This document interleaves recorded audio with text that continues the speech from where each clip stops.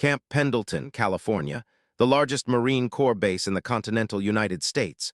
Over 125,000 acres of training grounds, firing ranges, and facilities dedicated to preparing Marines for combat operations worldwide. On a Thursday morning in March, the range was quiet. Most of the active training had been completed. A few support personnel were finishing up administrative tasks. Lance Corporal Victoria Chen was picking up brass. She'd been doing this work for 11 months, ever since she joined the Marine Corps at age 27. To outside observers, she was just another junior enlisted Marine assigned to range support. What they didn't know was that Victoria had been a professional long-range shooting coach for 5 years before joining the military. She'd worked with military and civilian clients. She'd trained people to shoot at distances that seemed impossible. She'd spent more hours at precision rifle ranges than most professional snipers had spent in the field. But she'd hidden all of that when she'd joined. She'd presented herself as a civilian with basic shooting experience. She'd accepted assignment to range support without complaint. She'd done the work that was asked of her. Victoria was 48 years old. She had gray beginning to show in her dark hair. She had the bearing of someone who understood discipline and focus. She moved with purpose and precision, even when she was just picking up brass. What she was really doing while picking up brass was observing. She was watching the shooters. She was studying their techniques. She was analyzing what they were doing right and what they were doing wrong. She was, in essence, coaching them mentally, even though they had no idea she was doing it. On this particular Thursday, Master Gunnery Sergeant James Patterson had arrived with his sniper team to conduct an advanced training exercise. James was 52 years old and had been a sniper for 26 years. He was known throughout the Marine Corps as one of the best long-range shooters in the world.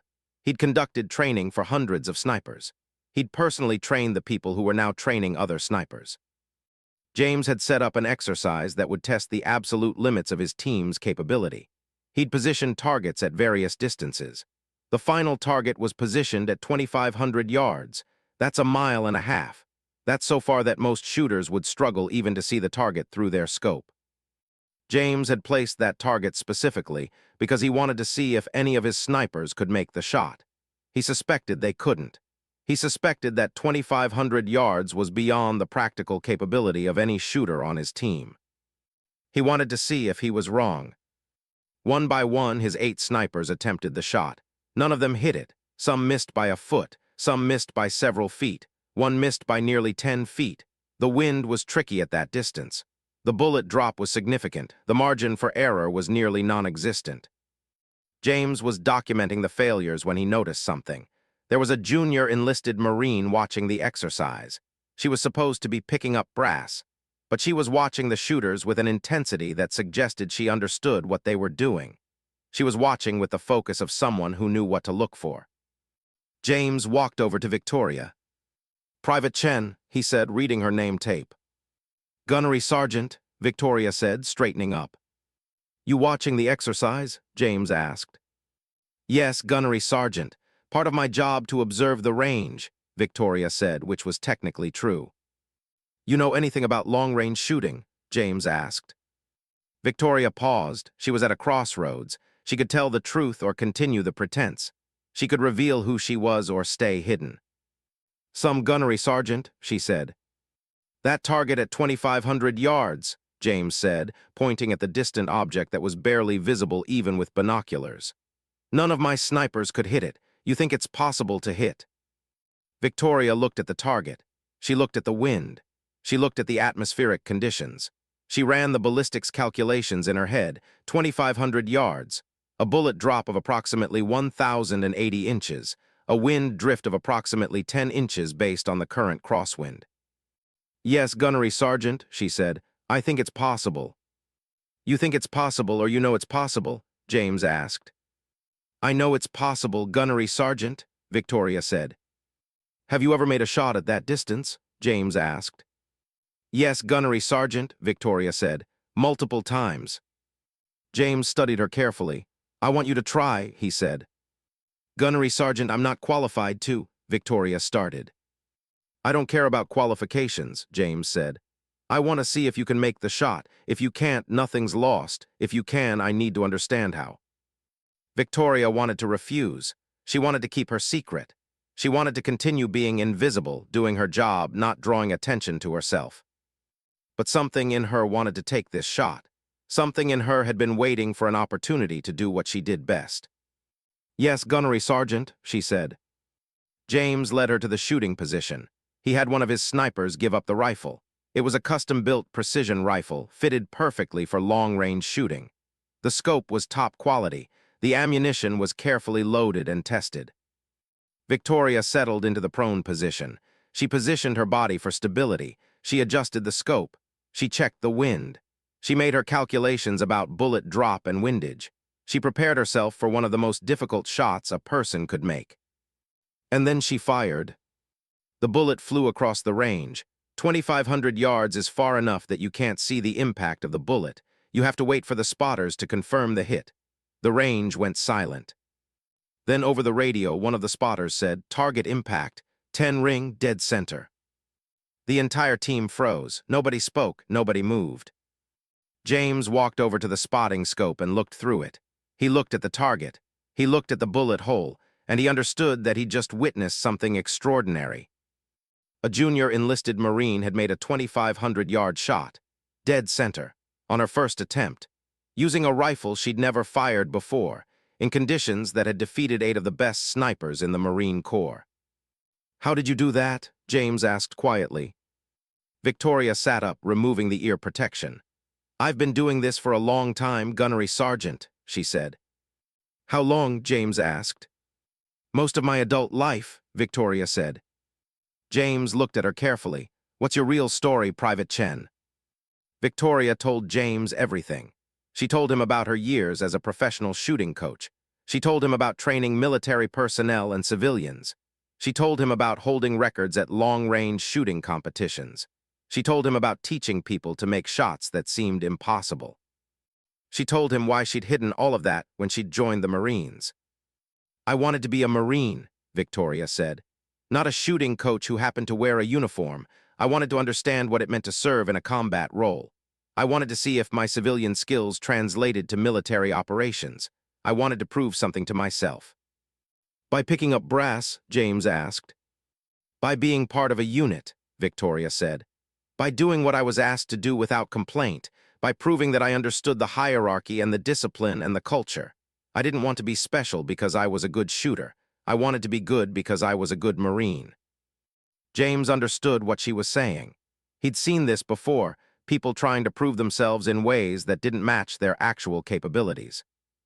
"That shot you just made," James said, "that was impossible. My snipers spent hours trying to hit that target. They've each made thousands of shots, and you made it on your first attempt with a rifle you'd never fired."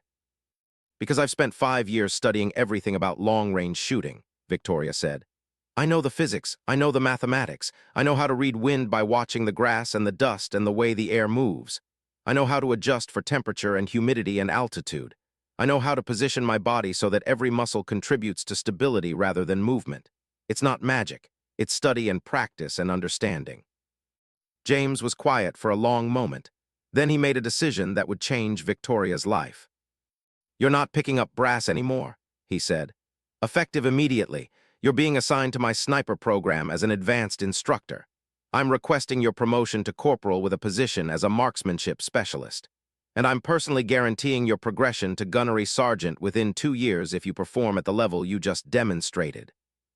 "Gunnery Sergeant, I appreciate the offer, but I'm not sure I'm ready," Victoria started. "You just made a shot that nobody on my team could make," James interrupted. "You made it on your first attempt. You made it with a rifle you'd never used before. You made it on a range you'd been assigned to support. That's not someone who's not ready. That's someone who's been held back." Within 2 weeks, Victoria had been reassigned. Within a month, she'd been promoted to corporal. Within 3 months, she'd completed the advanced sniper certification and been promoted to sergeant. But what was most significant wasn't the promotions. It was the impact she had on James's team. Victoria brought a completely different perspective to sniper training. She didn't just teach people how to make shots. She taught them how to understand shots. She taught them the physics and mathematics behind long-range shooting. She taught them that being a sniper wasn't just about pulling a trigger. It was about understanding the science of what you were doing. The results were remarkable. James's team's average shooting scores improved by nearly 20% within 6 months. Snipers who'd been struggling suddenly understood what they were doing wrong. Snipers who'd been average suddenly became exceptional. Word spread through the Marine Corps sniper community. Master Gunnery Sergeant James Patterson had a new instructor who was changing how people understood long-range shooting. The results were undeniable. Within a year of that first impossible shot, Victoria had been promoted to Gunnery Sergeant. She was now James Patterson's senior instructor, responsible for training the most advanced snipers in the Marine Corps. But Victoria wanted to do something more than just train snipers. She wanted to document what she knew. She wanted to create a curriculum that would preserve her methods so that other instructors could use them. She spent months developing a comprehensive sniper training manual. The manual covered everything from the physics of ballistics to the psychology of long-range shooting. It included detailed explanations of how to read wind, how to adjust for elevation, how to account for the Coriolis effect at extreme distances. The manual was comprehensive, it was scientific, it was revolutionary in how it approached sniper training. James saw the manual and immediately understood its value. He took it to senior Marine Corps leadership and presented it as the new standard for sniper training. Within 6 months, the new curriculum had been adopted throughout the Marine Corps sniper training program. Within a year, it had been shared with special operations units across the military. Within 2 years, other branches of the military were requesting it. Victoria had transformed how snipers were trained across the entire United States military, not because she'd done anything heroic or dramatic, but because she'd taken her knowledge and organized it in a way that other people could understand and use. She was promoted to Master Gunnery Sergeant. She was invited to speak at military training conferences. She was featured in military publications as an expert on long-range shooting. But what she was most proud of was the impact her work had on individual snipers. She'd worked with hundreds of people, men and women from all backgrounds, and helped them understand what they were capable of. She'd helped snipers improve their performance. She'd helped people find careers that matched their actual capabilities. One day, a young female Marine approached Victoria after a training session. "Thank you," the Marine said. "I was struggling with long-range shots. I was starting to think I wasn't cut out for sniper work. But after your training, I understand what I was doing wrong. I understand the science, and now I'm scoring in the top 5% of my class." Victoria hugged that Marine, and she understood that her work was making a real difference. 5 years after making that impossible shot, Victoria was selected to be the commanding officer of the Marine Corps Advanced Sniper Training Facility. She was now responsible for training the most advanced snipers in the world. She was overseeing curriculum development. She was setting the standards for sniper excellence. But what made Victoria's leadership different was that she understood something fundamental about teaching. The best teaching happens when the teacher understands not just how to do something, but why it works. Victoria implemented policies that made sniper training more scientific and less based on tradition. She implemented testing that focused on understanding rather than just performance. She created mentorship programs that paired experienced snipers with new trainees, not so the new trainees could learn the right way, but so they could understand the principles and develop their own approaches. The results were extraordinary. The Marine Corps Sniper Program under Victoria's leadership began producing snipers who were not just better shooters, but better thinkers about shooting. They understood the science. They understood the principles. And because they understood these things, they could adapt to any situation, any environment, any conditions. Victoria also made a point of actively recruiting women into the sniper program. She worked with female Marines to help them understand that long-range shooting wasn't a male domain. She mentored young women and helped them develop the confidence to pursue specialization in precision rifle. By the end of her 5th year as commanding officer, 15% of the Marine Corps Advanced Sniper Training Facility's graduates were women. It was still lower than the overall percentage of women in the military, but it was a significant increase from where it had been. More importantly, those women were performing at the same level as their male counterparts. Some were performing above their male counterparts. They were snipers, not female snipers, just snipers. Victoria received a call from James Patterson. James had retired from the Marine Corps and was now working as a consultant on military training programs. I wanted to tell you something, James said. That day I asked you to make that impossible shot. I didn't know I was about to discover one of the most important instructors in Marine Corps history. I didn't know that your shot would lead to a complete transformation of how we train snipers. I just knew something was wrong, and I wanted to see what you were capable of. Thank you for asking, Victoria said. Thank you for not letting me stay invisible. You were never invisible, James said. I could see you the moment I arrived at that range. I could see someone who understood what I was doing, even though you were supposed to be picking up brass. And I wanted to give you the chance to be seen by everyone else, too. 10 years after making that impossible shot at 2,500 yards, Victoria was presenting her latest research on long-range shooting to a gathering of military leaders and civilian scientific experts. She was discussing the biomechanics of precision rifle shooting. She was presenting data on how small adjustments in body position could affect consistency. She was sharing research on the psychology of making high-pressure shots from extreme distances. And she was doing all of this with the authority of someone who'd spent 2 decades understanding these principles at the deepest level. The reason that shot at 2,500 yards was possible, Victoria was saying, was because I understood the variables. I understood wind. I understood bullet drop. I understood the rifle's characteristics. I understood my own body and its capabilities. None of these things are mysterious. None of them are magical. They're all scientifically measurable and analyzable. She paused, looking at the room. But more than that, she continued, the reason that shot was possible was because I'd been studying and practicing for years. Excellence isn't something that happens overnight. It happens when you commit to understanding something deeply. It happens when you're willing to do the work that nobody sees. The presentation led to significant changes in military training across multiple branches. The emphasis began to shift from do what I did to understand why I'm doing this. Instructors were trained in the scientific principles behind their training methods. New curricula were developed that focused on understanding rather than rote memorization. Victoria was promoted to Master Gunnery Sergeant with a position equivalent to Senior Military Advisor. She was now advising the highest levels of military leadership on training and development issues. She established a scholarship program for women and minorities interested in precision rifle sports. The program provided funding and mentorship for people who'd been historically underrepresented in competitive shooting. Over 10 years, the program had helped over 200 people develop careers in specialized shooting fields. One of those people was a young woman named Maria. Maria had grown up in a lower-income neighborhood where she had no access to shooting facilities or mentors.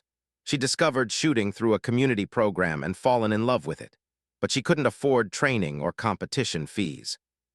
Victoria's scholarship program had changed Maria's life. Maria was now a professional shooting coach herself, running programs in her own community, helping other young people discover what they were capable of. Maria reached out to Victoria to thank her. "You changed my life," Maria said. "You gave me a chance when nobody else did, and now I'm passing that chance along to other people." Victoria understood that this was the real legacy, not the impossible shot, not the promotions or the awards or the recognition, but the people she'd helped, the futures she'd opened, the potential she'd recognized in others. 15 years after picking up brass, Victoria was standing on the range at Camp Pendleton where she'd made that famous shot. A young sniper was attempting a 2,500-yard shot. It was the test that Victoria herself had taken all those years ago. The sniper was a woman named Lieutenant Jennifer Davis. Jennifer had been in the Marine Corps for 7 years. She'd graduated from Victoria's training program. She'd risen through the ranks. She was now being evaluated for a senior leadership position. Jennifer made the shot, dead center, first attempt. Victoria watched through the spotting scope and smiled. She'd trained Jennifer. She'd taught her the principles. She'd mentored her. And now Jennifer was doing what Victoria had done. She was showing that the impossible was possible. After Jennifer finished the exercise, Victoria approached her. "That was an excellent shot," Victoria said. "I learned from the best," Jennifer said. "You taught me that with understanding and practice, anything is possible." Victoria hugged Jennifer, and she understood that the work would continue, that the next generation of snipers would build on what she'd learned and developed, that her knowledge would ripple outward through time, affecting people she'd never meet, in situations she couldn't imagine. 20 years after making that impossible shot, Victoria was officially retiring from the Marine Corps. At her retirement ceremony, she was presented with the Marine Corps Medal of Distinction. The citation recognized her contributions to sniper training, her scientific approach to long-range shooting, and her impact on the entire field of precision rifle operations. But what made the ceremony truly meaningful was the group of snipers who stood as an honor guard. Male and female from different generations, different units, different parts of the world. All of them had been trained by Victoria or had been trained by people Victoria had trained. All of them represented the legacy of that one impossible shot. Victoria stood at attention as they paid her respect, and she thought about that day when she'd been picking up brass. She thought about how she'd been invisible. She thought about how one person, Master Gunnery Sergeant James Patterson, had seen her, had recognized what she was capable of, had given her the chance to be seen. She thought about how that one shot had changed everything, not just for her, but for hundreds of snipers, thousands of Marines, tens of thousands of people who'd been affected by the training programs she'd developed. And she understood that sometimes the most powerful thing you can do is be excellent. Be so excellent that people can't ignore you. Be so excellent that they have to ask who you really are. Be so excellent that your work becomes a standard that others follow. That was the lesson of the impossible shot. It wasn't that the shot was impossible. It was that Victoria had spent years preparing for it. She had understanding, she had discipline, she had focus, and when the moment came, she was ready. Victoria Chen had picked up brass, and in doing so, she'd changed the entire trajectory of sniper training in the United States military. Not because she was trying to change anything, but because she was excellent. And excellence, when finally given the chance to shine, changes everything.